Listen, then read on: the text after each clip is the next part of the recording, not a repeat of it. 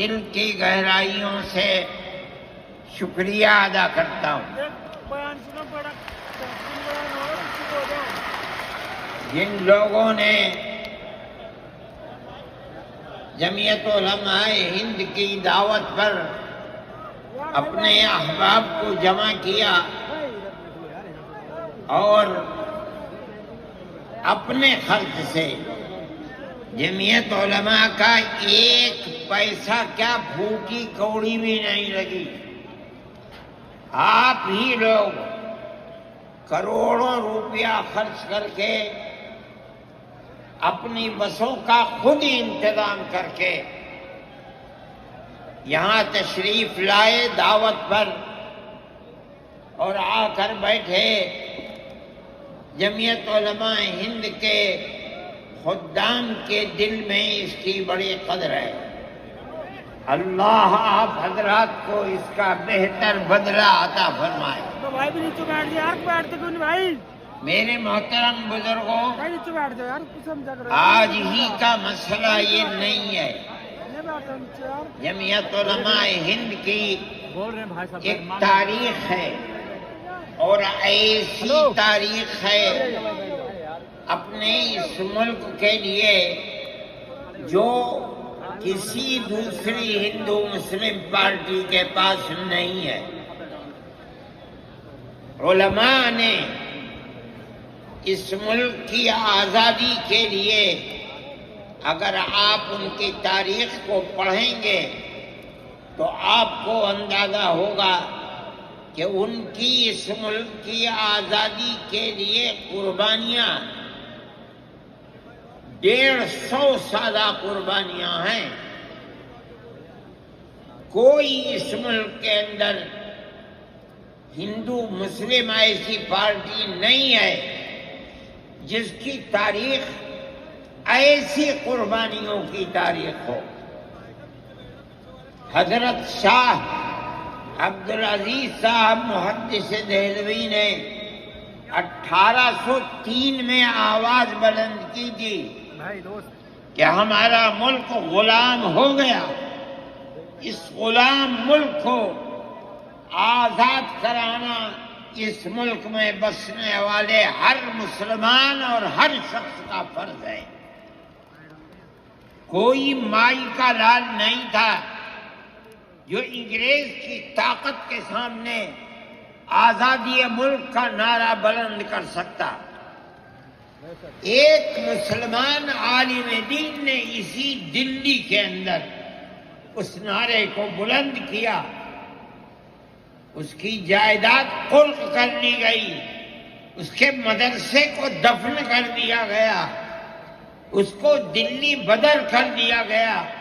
لیکن یہ مسلمان ایسے نہیں تھے جو کسی ملک کے پیسے یا اس کی سطوت اور اس کی طاقت کے سامنے سر جھکا دیتے. جو انہوں نے اپنا موقف اختیار کیا تھا پتھر کی چٹان کی طرح، اسی طرح اس موقف کے اوپر کھڑے رہے. سب سے پہلا جہاد سن 1932 کے اندر ہوا. ہندوستانی لوگ تو جانتے بھی نہیں، اور اس کے اندر لوگ مر گئے، ختم ہو گئے. شاہ عبدالعزیز صاحب کے رشتے کے ان کے قریب ان کے اولاد میں شاہ اسماعیل شہید اور رائے بریلی کے شاہ احمد شہید دونوں کے دونوں ختم ہو گئے، شہید ہو گئے بالا کوٹ کے میدان میں. لیکن پیچھے نہیں ہٹے. وہ لوگ جو بچ کر آئے تھے سن 1857 میں پھر جہاد کر لیا، اور اس کے اندر صرف اسی دلی کے اندر 33,000 مسلمان شہید کیے گئے، اور لال قلعے سے لے کر جامع مسجد تک درختوں کے اوپر ان کی لاشوں کو لٹکا دیا گیا. یہ مسلمان کی تاریخ ہے، علماء کی تاریخ ہے. بتائیں کون ہے جس کی زندگی کے اندر یہ تاریخ مل سکتی ہے؟ میں کہتا ہوں، لاکھوں آدمی کے سامنے کہتا ہوں، کوئی مائی کا لال ہے جس نے اس ملک کی اس طرح خدمت کی ہو جس طرح مسلمان علماء نے خدمت کی ہے؟ میرے بھائی، جمعیت علماء انہی مجاہدین کی بنائی ہوئی جماعت ہے. ہم تو ان کے جوتے سیدھے کرنے والے ہیں. ہمارا کیا کام ہے؟ ایک ہی کام ہے کہ انہوں نے جو جمعیت کی بنیاد کے اندر ہندو مسلم اتحاد اور ملک کے ہر بسنے والے کو ایک پیغام دیا تھا پیار و محبت کا، ہم اسی پیغام کو لیے بیٹھے ہوئے ہیں. ہمارا کام صرف اتنا ہے. دنیا توڑنا چاہتی ہے، حکومتیں برباد کرنا چاہتی ہیں، فرقہ پرست ذہنیت آگ لگانا چاہتی ہے، یہ نعرہ دینا چاہتی ہے کہ ہندو الگ، سکھ الگ، مسلمان الگ. ہم کہتے ہیں نہیں، ہندو مسلم سکھ عیسائی بھائی بھائی. یہ ہمارا پیغام نہیں ہے، ان بزرگوں کا پیغام ہے جنہوں نے پھانسیوں کے تختوں کو چوما، اپنے اس ملک کے لیے چوما ہے، اس کی آزادی کے لیے چوما ہے. اس ملک کے اندر یگانگت اتحاد جس کو آج آگ لگایا جا رہا ہے، ہمارے بزرگوں نے اسی اتحاد کے لیے اپنی قیمتی جانوں کو قربان کیا ہے، اور ان کا مقصد یہ تھا کہ ملک آزاد ہو جائے. حکومت ایسی بننی چاہیے جو حکومت سیکولر حکومت ہو، کسی کا حق نہ جائے.